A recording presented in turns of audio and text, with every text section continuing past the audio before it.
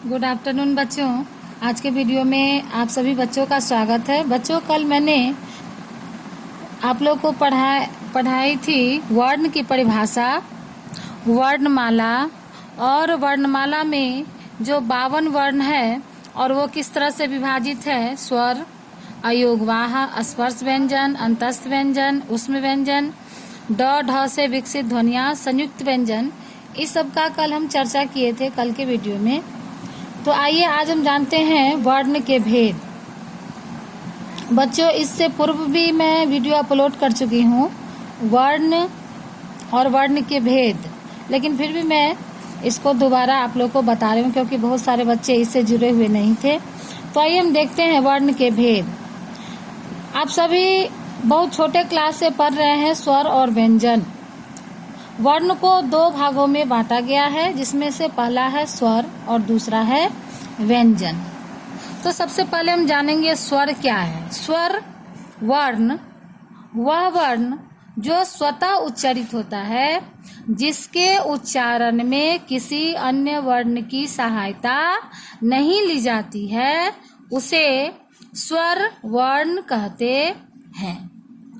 स्वरों का उच्चारण स्वतंत्र रूप से बिना किसी दूसरे अक्षर की सहायता से किया जाता है, यानी कि इस वर्ण में किसी और वर्ण का मिलावट नहीं है। इस प्रकार से हिंदी में कुल 11 स्वर हैं। अ, आ, ह्रस्व ई, दीर्घ ई, ह्रस्व उ, दीर्घ उ, री, ए, ऐ, ओ, औ। इस प्रकार से स्वरों की संख्या कितनी है? 11। बहुत सारे जगह पे आप 13 भी सुनते होंगे, लेकिन उसमें से अंग और अह जो है, इसको अयोगवाह के श्रेणी में रखा गया है। अब हम आते हैं स्वर के भेद। स्वर के निम्नलिखित 3 भेद हैं, जिसमें से पहला है ह्रस्व स्वर, दूसरा है दीर्घ स्वर और तीसरा है प्लुत स्वर। ह्रस्व का मतलब होता है छोटा, दीर्घ का मतलब होता है बड़ा। अब ह्रस्व स्वर क्या है कि जिस स्वर के उच्चारण में एक मात्रा का समय लगता है, मात्रा काल, यहाँ पर काल का अर्थ होता है समय, कि जिन स्वरों के उच्चारण में एक मात्रा का समय लगता है उसे ह्रस्व स्वर कहते हैं, या फिर इन्हें मूल स्वर के नाम से भी जाना जाता है।